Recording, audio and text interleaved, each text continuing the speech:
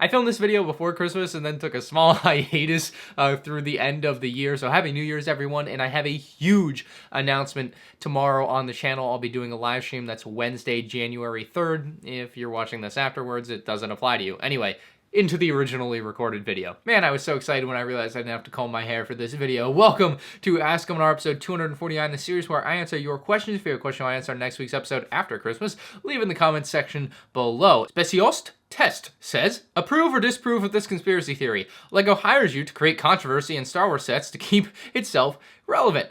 No, they have done that themselves, as Obi-Wan would say. Big Texas says, what is a set you hated at the time but looked back on fondly? The Twilight might not be a bad answer for this one, and I still have not experienced building it for myself. I've got a sealed one in my storage unit, but I do look back on it with a little bit of nostalgia now, being that it was one of those first LEGO Star Wars The Clone Wars sets. It's from a movie that I enjoyed as a 11-year-old, not so much anymore. That original Clone Wars movie is pretty god-awful, especially the, musical sequences where they're just playing rock music and fighting. I didn't like that, and that also kind of seeped into that first season of the Clone Wars, which was kind of bad too when I was rewatching it. I was like, oh no, this is awful. But obviously the series got a lot better. I think I did really hate that set, and it's one that I didn't buy until maybe a year ago.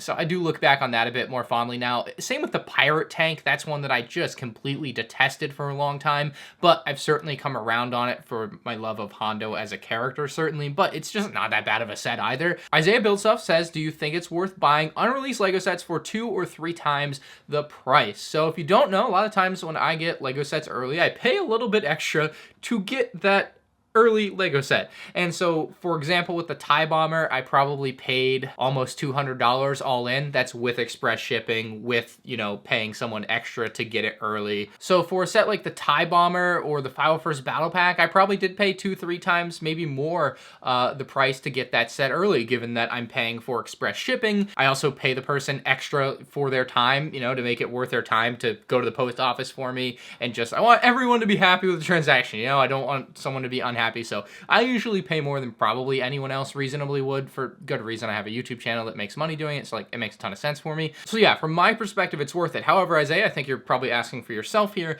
and I would say for the general fan of LEGO, you probably should never spend more to get a set early. I mean, I understand wanting something a week early, but at the end of the day, having that thing a week early versus a week from now where the set is readily available on Lego.com, Target.com, Walmart.com, and you can buy it anywhere for half the price you just paid, it's just a bad use of your money, I think, unless you have a way to make it a profitable venture for you. So 99% of the time, obviously, don't buy a set for $150 today when you can buy it for $65 in a week. It just makes no financial sense for almost anyone. Mahan says, can you show us all the Apple products you currently own? I'll go through these one by one, and I'll let you know how I use them specifically for my business, or if they're just kind of a leisure thing. But for the most part, most of the things I have technology-wise are things that I use to help me make money, so it makes a lot of sense for me to buy in a lot of cases. So first up, iPhone 14 Pro. I use this to film some comparisons, some reviews that you see back on the table, but for the most part, this phone is used for vlogs, and my vlogging channel is obviously doing decently. It's got almost 100,000 subs now, which is amazing. So that's my main camera for pretty much everything I do on there, and that's probably 40 or 50 videos a year, so it definitely gets its money's worth for an investment. The other main Apple product I use for videos is, of course, my MacBook Pro. I have a pretty decked out one with a 16-inch 2021 version. It's got an M1 Max chip with 32 gigs of RAM and 2 terabytes of storage. This thing is a beast, and if you can afford it, if you're trying to do video editing, that sort of stuff, it is a fantastic machine, and there are other really good options out there. Certainly do some research. Every time I want to buy an Apple product or anything similar, I always go and watch tech reviewers. They're usually very good at telling you what you need to know, and a lot of cases they do really good specific tests on certain items that you want to see to know the difference of. So yeah, would recommend that versus my recommendation on something for sure. 2 things I recently bought were an iPad mini and an Apple Watch Series 7, and I bought them using Mercari, and I had previously been sponsored by Mercari, so I had money to spend specifically on Mercari, and I was like, well, I don't really want any LEGO sets or anything, and I, for a while I've been looking at iPad minis because I loved the original iPad mini. It was the first ever iPad that I got because it was cheaper than the other one that was $500 at the time, and 14-year-old me could not afford $500. But my iPad mini specifically, and hopefully will be more helpful in the near future, is a business device. I don't have anything on it that will help me waste time.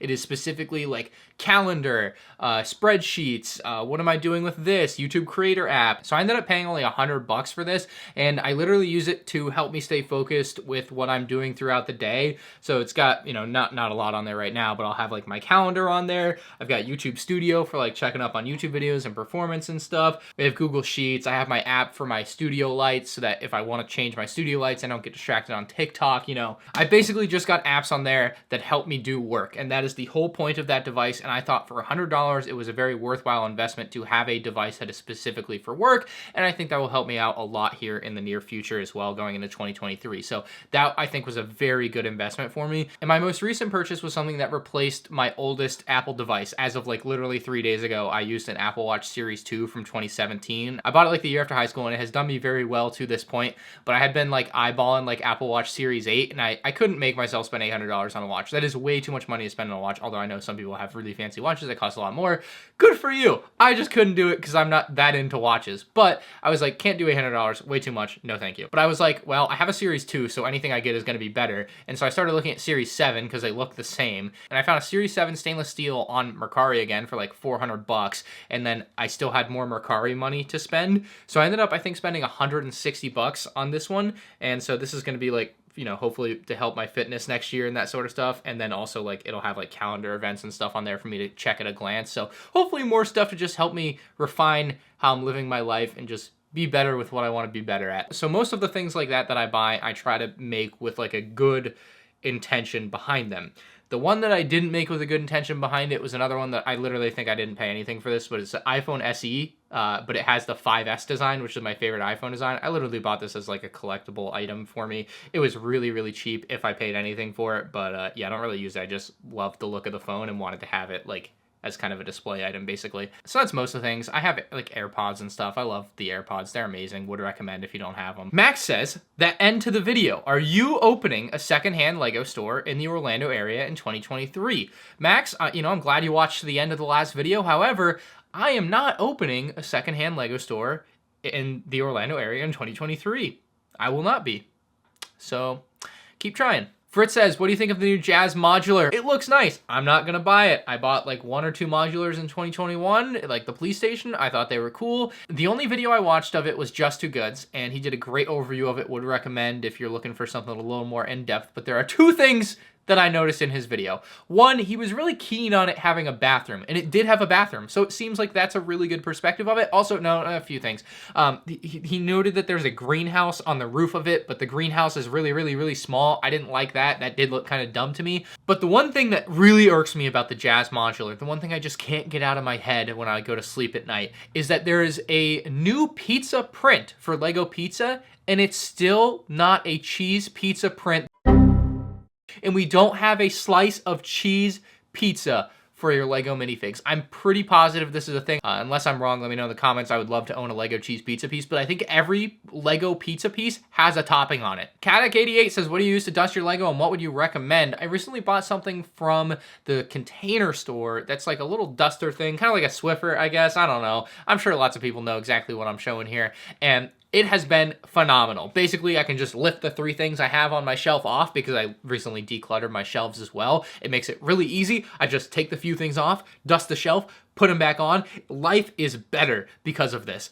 Now, I do sometimes use it to kind of glance over the LEGO sets or a little bit and try to dust them a little, but I really don't do anything as far as dusting the sets behind me all too much anymore other than that, because that's all I think it really requires. They look fine without doing some like really deep cleaning with like a sock and water and stuff. I know a lot of people would recommend things like a little micro vacuum cleaner, or a lot of people use like paint brushes or makeup brushes. There's a lot of great options like that out there that you can certainly look into, but really for like just general keeping a collection clean enough, the thing that I bought works really well. I like it. Would you rather the new AT-TE or 2020 AT-AT? I'm so confused which one is better. I really should do a comparison video on these 2 sets. It actually would be a pretty good one. But I think I've mentioned this before. The 2020 AT-AT is a set without flaws.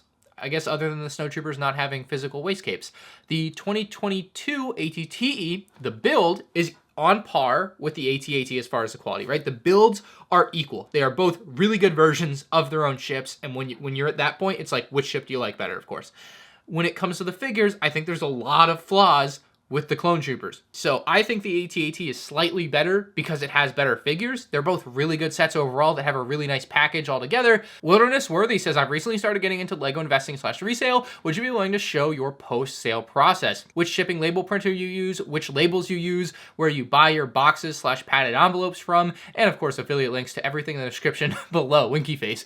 Yeah, no problem. Let's go to the other room and I'll show you the whole process. So I've got a Rollo thermal printer, and that basically prints all of my labels. I use the 4x6-inch labels. I buy them on Amazon. It's the Rollo branded ones. I think there are unbranded ones that are cheaper, but I haven't bought them yet because I'm not sure if they'll work the same. They probably will, but I've been pretty safe with it. I don't want to screw up my whole operation for a week because I buy the wrong thing. As far as boxes and padded envelopes, I was recommended to do it with Uline one time, and I have done it with Uline ever since. I think I was talking to the Brick Show recently when I was down there, and Steven said that they have like a local place that sells boxes and stuff, and it's cheaper for them.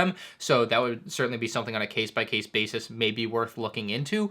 But for me, Uline, it usually delivers literally the next day. They only offer one-day shipping. It's kind of insane. It does kind of drive up the cost a little bit more than I would like, but I have them the next day. I know exactly what I'm getting every time with them. I'm very happy with every experience I've had so far. The other thing you might not know is you can have USPS pick up items from your house, so I don't have to like bring everything to the post office. That would be a big hassle. And it's kind of funny, Maddie's Minifigures, who does this like professionally, it's his life, didn't know that you could have the USPS guy pick up your packages from your house as of like, I don't know, 3 or 4 months ago. And I was like, hey, Maddie, you can just have them come pick it up, because he had his car was stuffed, and you can see how much of a hassle that would be to like stuff your car like that. You bring it to the post office, then you gotta drag it all in there. Like, that sucks. Versus online, you can just schedule them to pick it up from your house, and it's free. Like, it makes all the sense in the world. So I hope that helps you, and maybe I can do something more in depth if you're looking for something more in depth, but that should be a good baseline for you. Potato.exe says, what do you think of the plastic wastegapes from 2009? Given that LEGO is currently printing wastegapes, do you think they could use the plastic ones as a viable replacement for cloth? No, the cloth was the replacement for plastic. So in a lot of ways, LEGO Star Wars has gone backwards in recent years with certain things. In other areas, they've vastly improved. It just depends on what it is. But wastegapes got really good. And then, again, they've gotten really bad. Like, the 2009 ones were fine, right, for the time. And that's why when they came out with the visor thing, like, I wanted a new visor, because it's like, they've replaced all of these other pieces. Why are we not replacing this other piece from 2008? Like, a lot of this stuff's just outdated now and can certainly use a refresh. And so when it comes to wastegapes, they replace those plastic ones with the cloth ones that look objectively much better, and more importantly, also allow for greater movement of legs for play. Like, those plastic ones were really, really limiting with how you could move the legs of the characters, and even they would get in the way of the arms. So the cloth ones made a lot more sense. And now they've taken another step backwards where they're using the prints, and going back to 2008 again with plastic ones just makes no sense to me. I don't know why they would do that. I think that would be worse than what they're doing now. Not that either of them is particularly great when we already had the best option available for like a decade, and then they've taken it away from us. And that's the problem with LEGO Star Wars. They're just taking steps back in some ways, and it really sucks. But yeah, no, I don't think going back to plastic would be a good idea. Hollis has a great idea here. He says, do you think we'll ever get a droid battle pack? Obviously, people have been asking that like crazy for a long time now.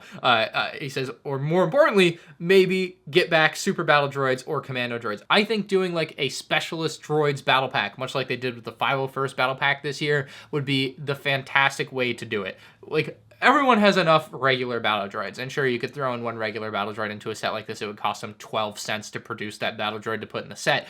But if we could get the return of super battle droids and commando battle droids and like a droidica all in one battle pack type of set, like a variety pack, that would be ideal, I think, at this point. Like, that's the way to do it, because it's been 5 years without super battle droids and 10 years without commando battle droids. And it's like, at some point, you gotta revisit some of this stuff. Maybe throw in a tactical droid in there. I don't know. Maybe that's a little too fancy for a battle pack. Maybe they should save that for a more expensive set. But still, like, a lot of options on the table for a set like that. And it would have been really nice to go alongside this year's 501st battle pack. I definitely see that the writing is on the wall. It seems like they are going to be doing one battle pack a year from here on out, along with microfighters, one a year.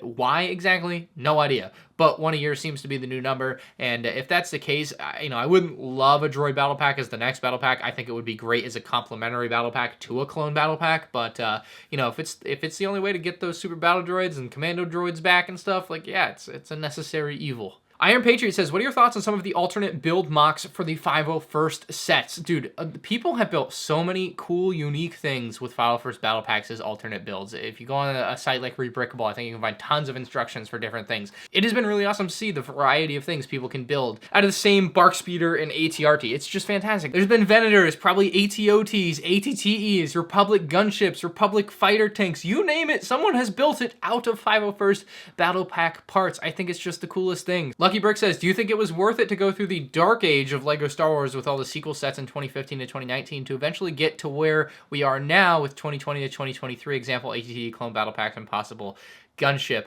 I'll give you my easy sports analogy. Watching the Celtics really suck for a few years in 2014, 2015, 2016. I mean, I guess they made the playoffs a few years, Isaiah Thomas, but like watching them get their butts kicked by like LeBron and stuff, like makes me appreciate how great the Celtics are now. So much more. But I think not having some of those things that we loved for many years there definitely helps us appreciate it much more nowadays. I think at the end of the day, it has helped with a lot of the hype around products like that, where not having them exist for 5 to 7 years, like you just kind of get excited that it's finally back and you get that nostalgia kick. It wasn't there for you for a period of time. So yeah, I think in general that Dark Age was nice. To me, there is a negative side of it though, where you have this portion of the online community that is accepting of anything LEGO will hand to them, whether it's good or not. Importantly, the not good stuff there, like the 2/12 clones, like the proportions on the AAT, like having an inaccurate spider droid instead of a crab droid, where the excuse is full stop, no matter what. Well, at least they're giving us Clone Wars sets, and it's like, that's not the point at all. Like, it is awesome that we're getting some cool Clone Wars sets. It is not awesome that we have some really obvious errors with no clear answer as to why they exist, other than we forgot. Anyway, just wanted to tack that on. Frosty848 says, would you ever like the idea of LEGO redesigning the droid minifigures to give them more articulation or adding more detail, or do you like it the way it is? I think the battle droid is timeless. I think adding the straight arm in 2007 was all you ever needed to do so you could accommodate what was the new weapon at the time. Outside of that, like, I see no reason to change the battle droids at all. It's kind of like the LEGO minifigure in a way. It's iconic in its own way like that. There are other things that certainly will change molds over the years. I think if they did a new super battle droid, it's possible that we could see something different there. But the battle droid itself, I think, is 100 years from now would be the same if they're still making sets. Anyway, if you have a question I want to answer the next episode, leave it in the comment section down below. I hope you all have an amazing Christmas this year. Hope you guys get a lot of gifts that you want, or you're able to spend great time with your family, or Hanukkah, or whatever you celebrate, you know. But that's it for me, and I'll see you in the next one. Peace out.